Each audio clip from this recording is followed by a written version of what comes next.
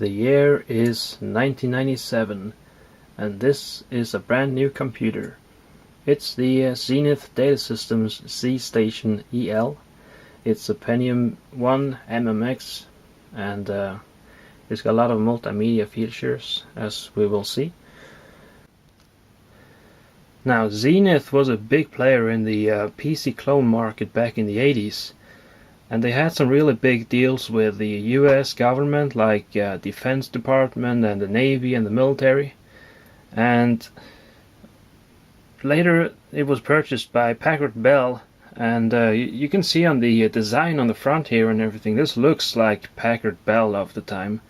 That happened in '96, and this PC being from late '97 means that this is in fact a Packard Bell computer. But it's still got the Zenith Data Systems branding on it, so it's probably one of the last ones with that. And it's an LPX form factor PC. It's very small. It's designed to have a monitor standing on top of it. That's why it's so cramped and it looks like a pizza box. These things have very poor cooling and ventilation, and giving these, high-end CPUs and graphics cards would mean that heat would build up very easily inside them. So this was one of the last LPX systems from that time. In the back here we see it's got a fairly regular sized PSU. It's an AT or ATX style. It's the same dimensions really. It's got a motherboard lying on the bottom here. It's got a lot of integrated features like the video and USBs and keyboard and mouse and communications ports. And there's a riser card in the middle here, which allows for expansions. Here we see it's populated with an audio card. This is a sound blaster. And on the other side it's a dial-up modem here to connect to the internet. And if we pop the hood, we'll see the internals.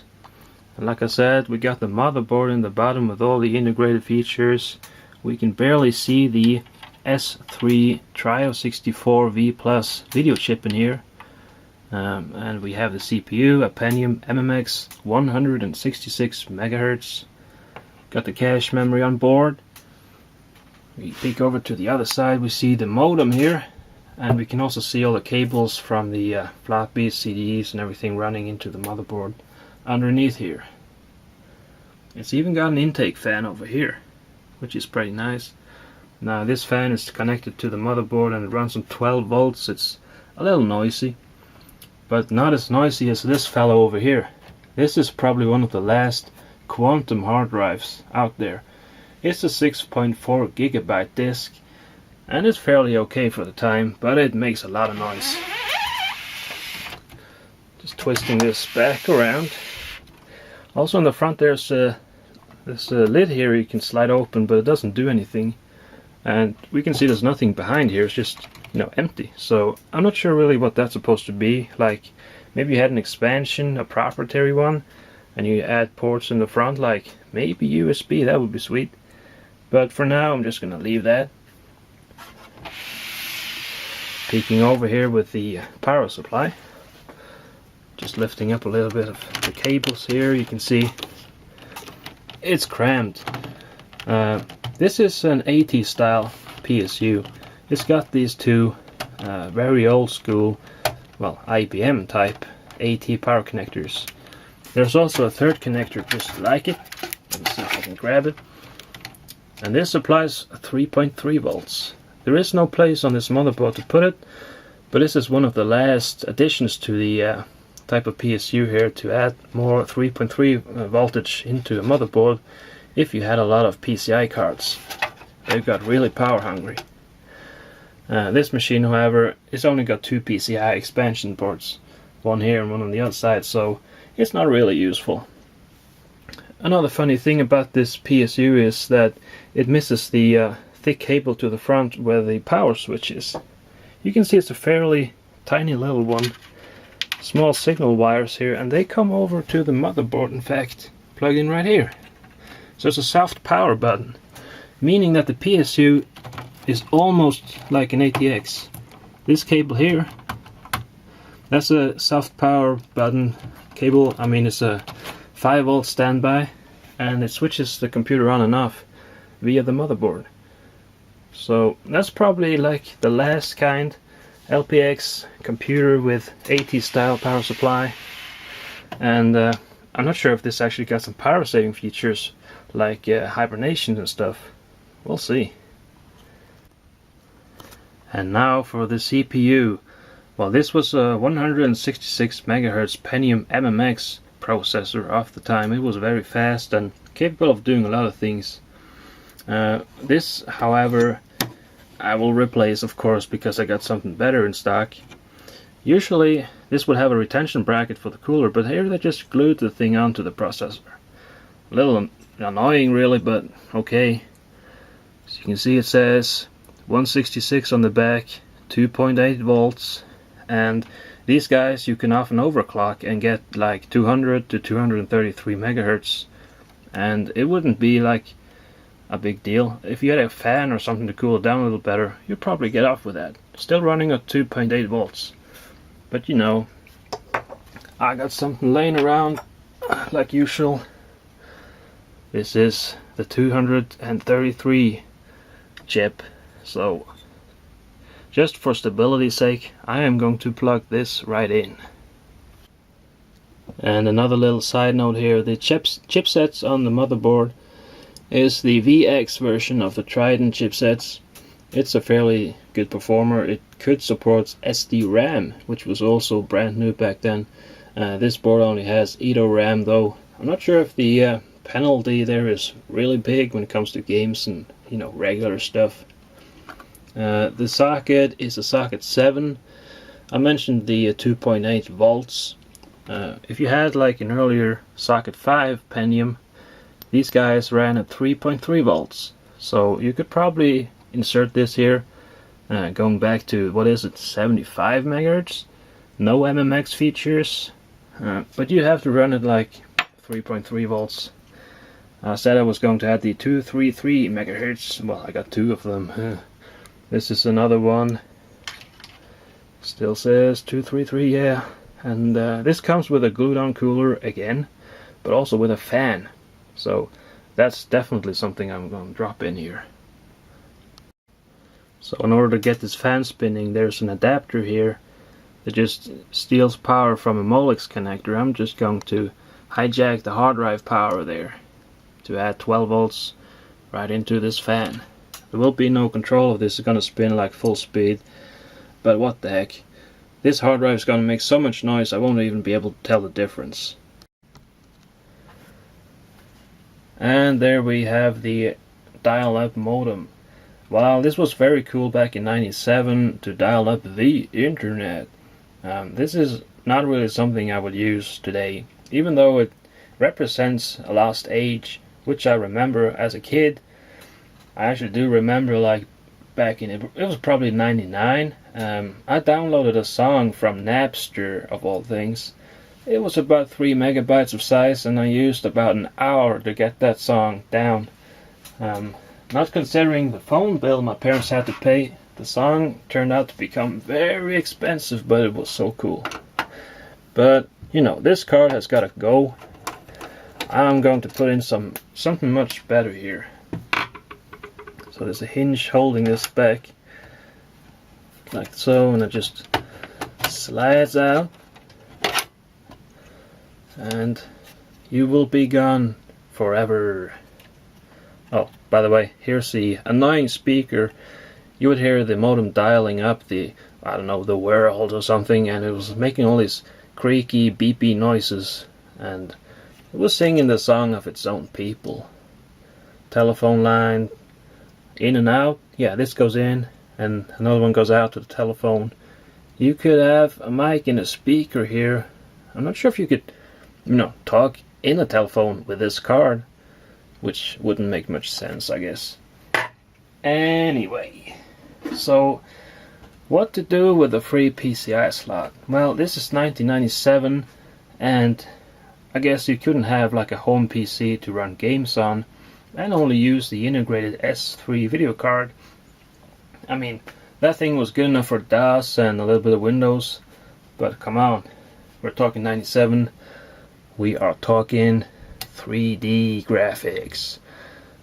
This is not the Voodoo 1 graphics card that came out, which would be very cool to have.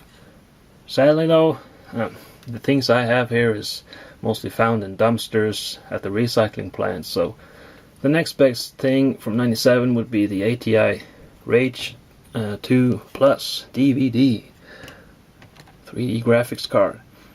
Now this one has got a lot of features like video out, super video out, and of course the VGA connector. And not sure how much detail you can see with this camera, but this is a card that has been soaking wet. You can see, you know, some rust here and there, and there's a bit corrosion going on the card itself. So I'm a little bit afraid of using this for, you know, stability issues. I should probably clean this with some isopropanol alcohol at least before putting it on and powering up. So I'm going to put that away, and what do you know, I have another one. This one is just, it looks new. It's bright and shiny, it's got no corrosion, no nothing, but it's the cheapo version. You can see it lacks the analog video out. I mean, this is also analog, but you can't connect this to a TV or anything. It also got just half the RAM installed, so it's only got 2 megabytes of VRAM here. But no problem, not to worry, it's got upgrade sockets, and I will in fact populate those right now. I got these little cool chips here with more video memory. It's running at the same speed, which is 63 megahertz. It also says 40 nanoseconds, so I think that should be fairly correct. Let's hope I'm not wrong here. So these just pops in here. This is something I wish I could do on my AMD Fury X card, which only has got 4 gigabytes of RAM, which is a little too little. I would wish I had like 8 or something.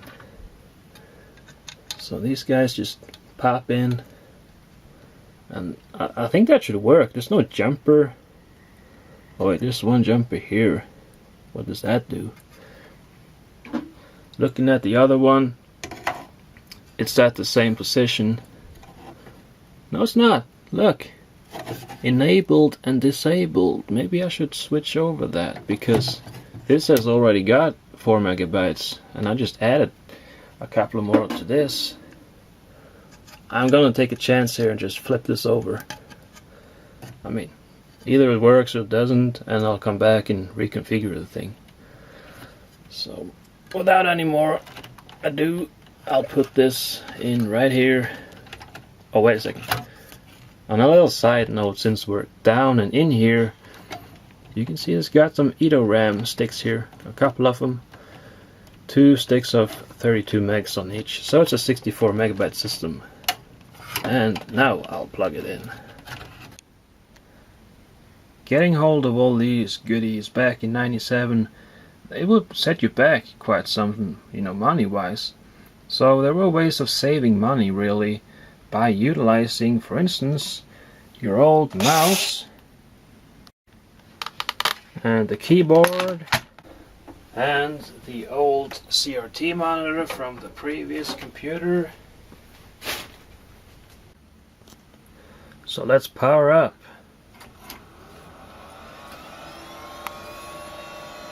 Yay, 3D graphics is working.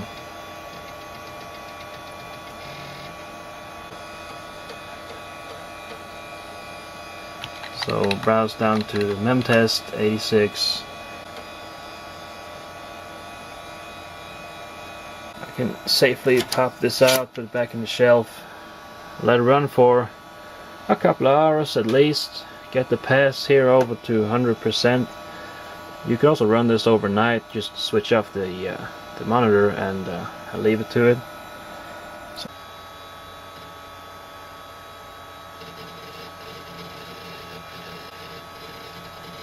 yeah, getting ready to run Windows 95 for the first time. Now that's a lie. I guess both Windows 95 and this machine has been running that stuff many times. Here comes the tricky part of getting all the hardware to run. Yeah, it is in the F drive, I think. Not really. Okay. Whoa, hey. Where are my CD-ROMs? Hi, I got the optical drives back. They are here. Okay, so now let's try and do that again. Add new hardware. Let it search. Hopefully this will fix everything.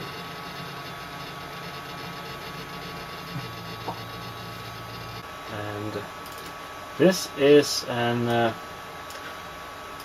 extended USB supplement for Windows 95. It says here it's made by Connor McCoy and Rudolph Lowe.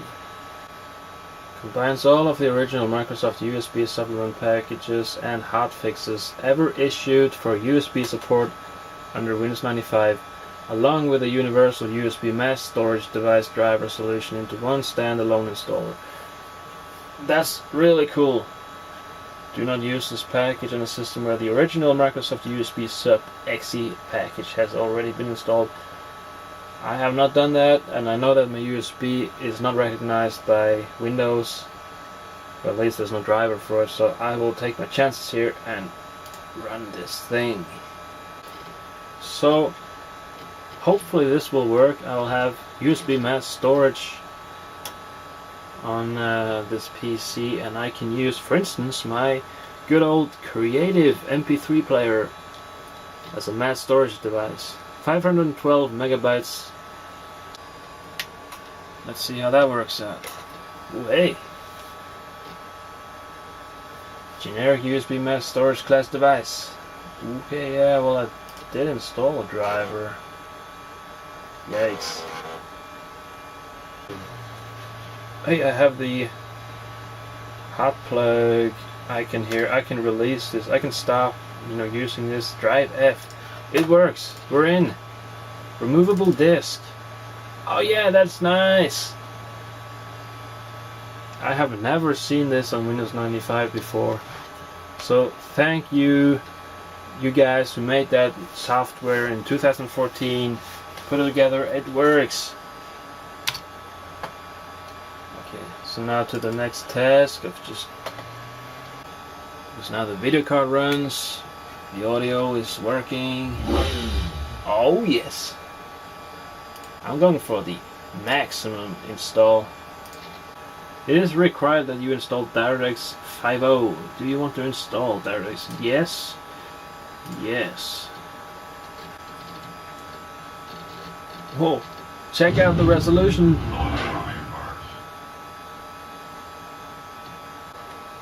I'm only getting quarter picture here. Woo. Okay, that's the lowest resolution I've ever seen on Windows. I mean, it can't even fit. That is silly. Woo. Can I change? Oh Lord, have mercy! I can't move the window. I can't change anything here. It's help! Please help! Need for Speed is not running anymore. Yeah, what to do? I can, in fact, shut down. I'll try that. I had to reinstall another driver, actually a little more recent one, in order to get control over the resolution and everything. And it is, let's see here. The previous driver was the 82420, but I had to use 82474, and that just made everything work here. Notice how the cursor isn't interfering? I mean, this just looks so much better already.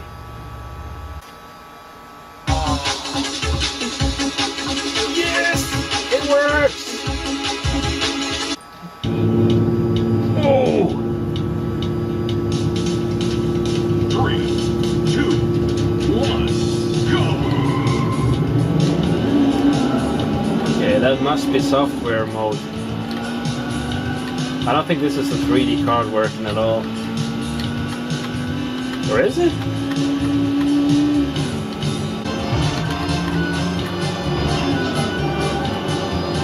What's up with that music?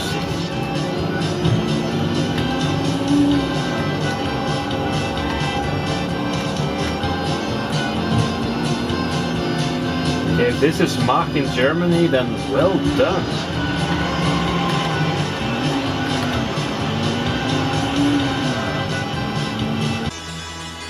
Options now.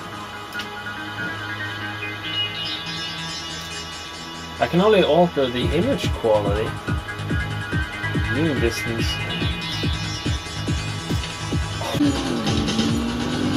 Yeah, reduce the graphics quality a little bit. I can see that the resolution is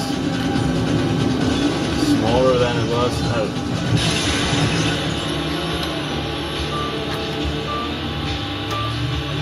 This is not really looking good.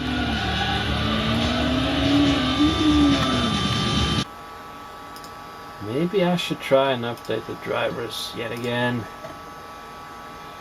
Select driver from the list. Show all hardware.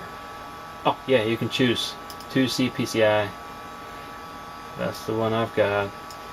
Finish. Ah. Can't you remember a thing? It's in C. ATI support and the lowest one. Hey, come on. It should be in there. What? It extracted everything into these folders. Okay, we're looking for ATI 64 help.exe. Yeah. Look. It's not called exe, it's called x /. Can I rename that? Yeah. Oh, there it is. Okay. Oh, at last. Do you want to restart? Sure.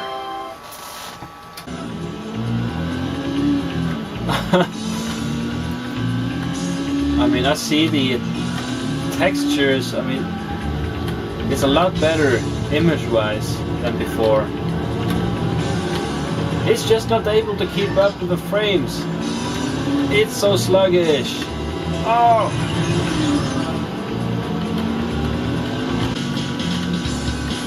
Well, as long as there are not too many things going on, like opponents and details, it's pretty okay.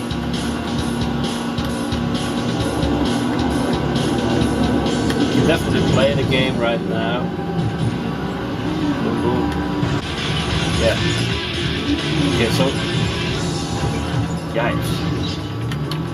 When I'm in town, there's too much 3D details going on. The frame rate goes down, really drops.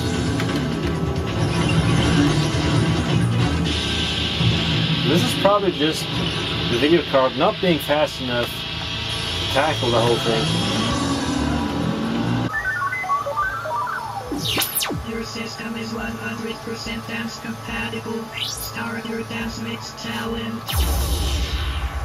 Yeah. Okay, this takes me back for sure. I had a demo CD of Dance EJ. This was probably a little later, like 98 or 99, but okay, we're just gonna install this first and check it out. Full installation here.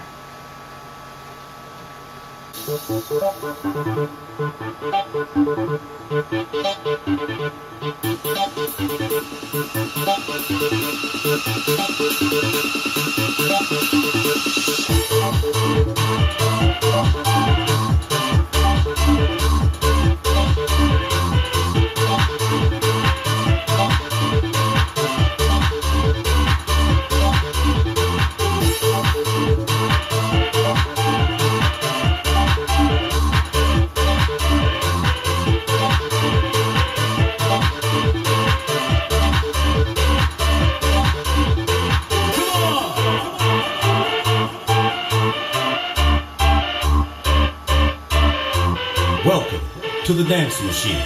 You can be sure that no one all over the world has seen something like this before. This is not a game. This is your pleasure zone. Do you want to quit? Sure. So here you have Helmut Schmitz, who was the brainchild behind all this, and the other guys too. Back in '97.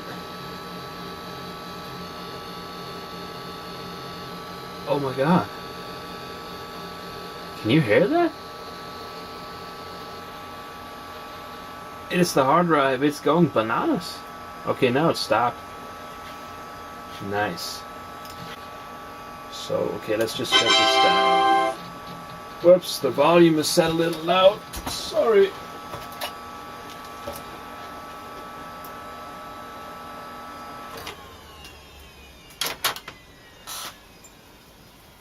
So anyway, yeah. If you've been watching all until now, well, thanks. The video is not over because the remaining part will be how I restored this PC, because it was not really in this good condition when I first got it. Let's see if I can pop the camera up here. It looks like it's in mint condition, but that is not what the case was when I first got it. So if you want more, then well, let's go to the restoration part. This is how the computer looked like when I first got it. You can see that the plastic is worn and it's gotten real yellow in comparison to the rest of the chassis. There's a lot of scrapes and damage to the paint job. It's not like full of dents, but clearly has gone through some usage, and the front panel is almost coming off here. There's some plastic missing, and you can see the color difference, you know, on the inside of the bay opening here. That's the white color that's supposed to be on everything here. And the plan with the computer is to take off the plastic, try to clean it up and maybe brighten it up a little bit. Front panel comes off pretty easily, and yeah, this thing has obviously seen a lot of use considering all the dust here where the fan is taking air in. Oh man, that's just so greasy. Okay, so I now removed all the screws on the inside here, removed everything that's metal, and I'll put this front plastic thing into the dishwasher. Let's see where that gets me. Yeah, so while I'm waiting for the front panel to get clean in the dishwasher, I'm in the process of cleaning up this floppy drive front panel. This is an ALPS drive, and it was really cumbersome to open. You have to bend some things, in fact, and there's a ton of screws to get it open. But I'm just trying to sand down all the yellowness from this front cover, and I'm chugging along pretty okay. You can see this is a work in progress, and how the colors are just so different. So I'm just sanding away whatever is yellowed. You can see this button here has become, the eject button is all, it looks like brand new. And I'm taking care not to sand down too much and not leave like rough edges or anything, but color wise it really brings out the original color of the plastic, and I think it looks better and better.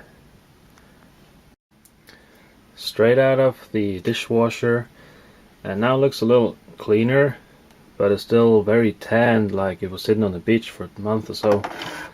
If you compare it to the floppy drive bezel here, it really does not match.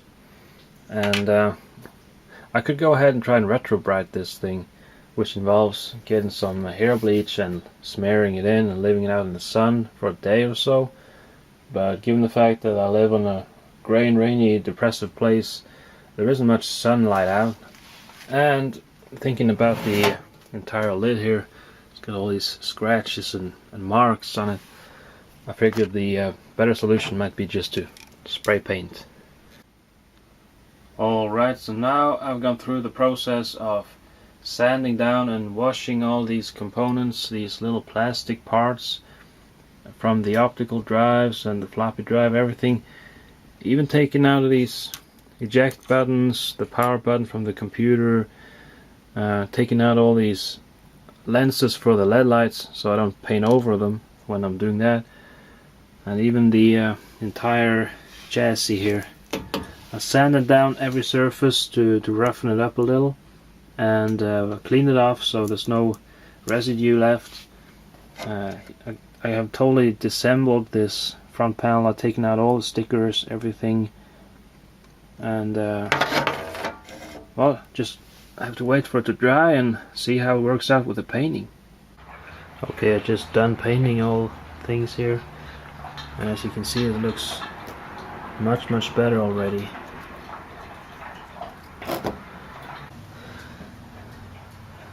Not sure if you can see it, but didn't get rid of all the scratches though.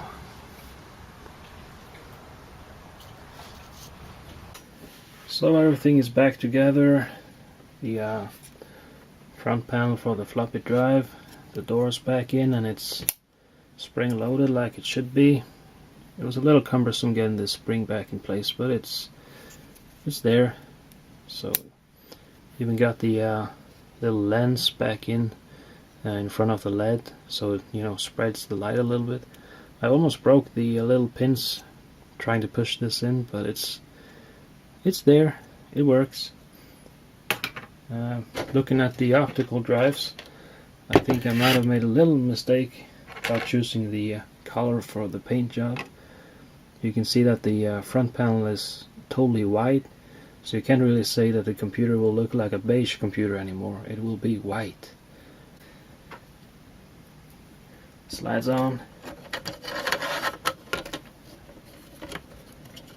Align it with whatever it's supposed to be aligned with. These holes, try not to break it. It can be a little bit cumbersome, so sometimes these plastic things will be brittle and they'll be very prone to break, so that's not a good thing. Slide the door onto the drive tray. Yeah. Does this actually go bottoms up? That's odd.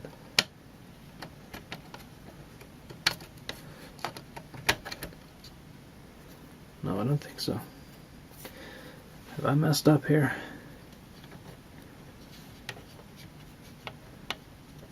Makes you wonder. No, you just need to use a little force. There you go.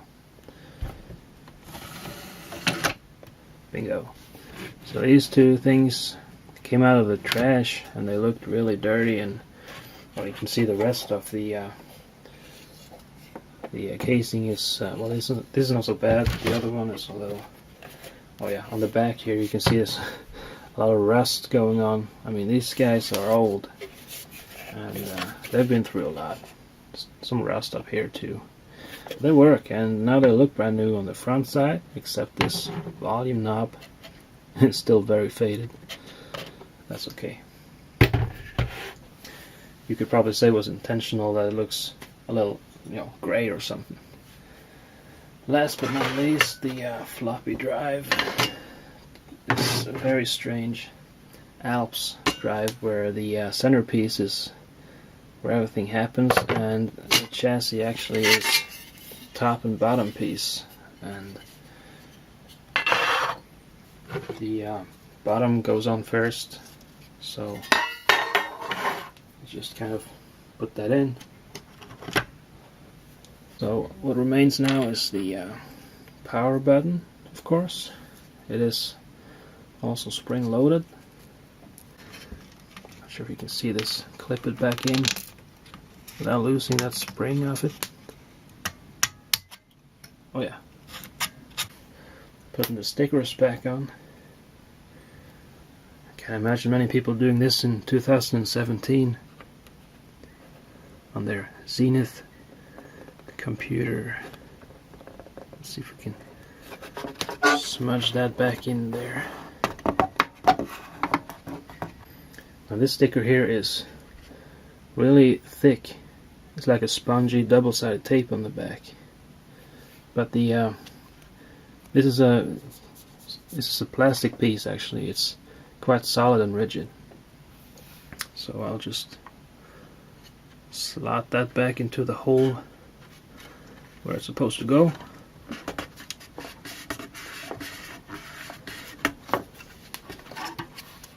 Yeah, that looks pretty okay. Coming in from the back here, it's much easier to see. It just slots over these holes, and there's a screw going in here. So it's just click in place, more or less.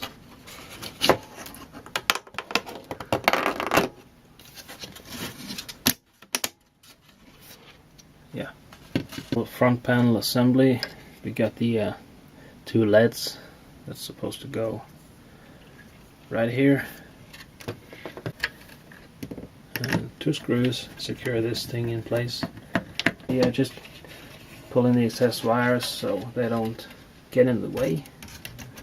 And this goes in with the bottom pins first, and just gently swing it up and try to get everything in instantaneously at the same time here. Let's see. Okay. There it is. Let's see how it turns out. Ah, my fingers. These can be a little cumbersome to get in place, but once they're in, there's barely any visible difference from the front cover and the lid. So finally the computer ended up under my stereo system, which happens to have the same width. I'm saving up some space here in my room, also using an LCD monitor, as you can see. That will be all. Thanks for watching. Please feel free to like or comment. So yeah,